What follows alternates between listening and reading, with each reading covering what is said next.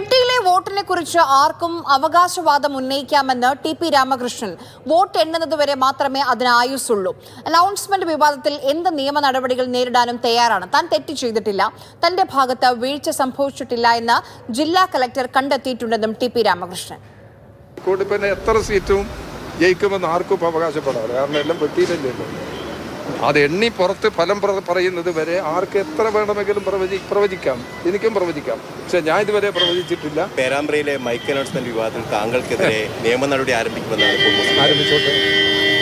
അതിൽ ഒരിക്കൽ പോലും ഞാനൊരു പ്രയാസം അതിൽ ഞാൻ പ്രകടിപ്പിച്ചിട്ടില്ലല്ലോ.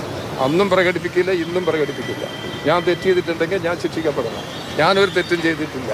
അവിടെ അന്ന് എനിക്കെതിരായിട്ട് ഉയർന്നു വന്നിട്ടുള്ള പ്രശ്നങ്ങൾ, എനിക്ക് മാത്രമല്ല ഇടതുപക്ഷ ജനാധിപത്യ മുന്നണിക്കെതിരായി ഉയർന്നു വന്ന പ്രശ്നങ്ങളിൽ ചട്ടലംഘനം ഉണ്ടായിട്ടില്ല എന്ന് ജില്ലാ കലക്ടർ തന്നെ വ്യക്തമാക്കിയിട്ടുണ്ട്. ജില്ലാ കലക്ടർ ഇത് പരിശോധന നടത്തിയിട്ട് അദ്ദേഹത്തിൻ്റെ നിലപാട് പറഞ്ഞു. അദ്ദേഹം ജില്ലാ ഭരണാധികാരിയല്ലേ.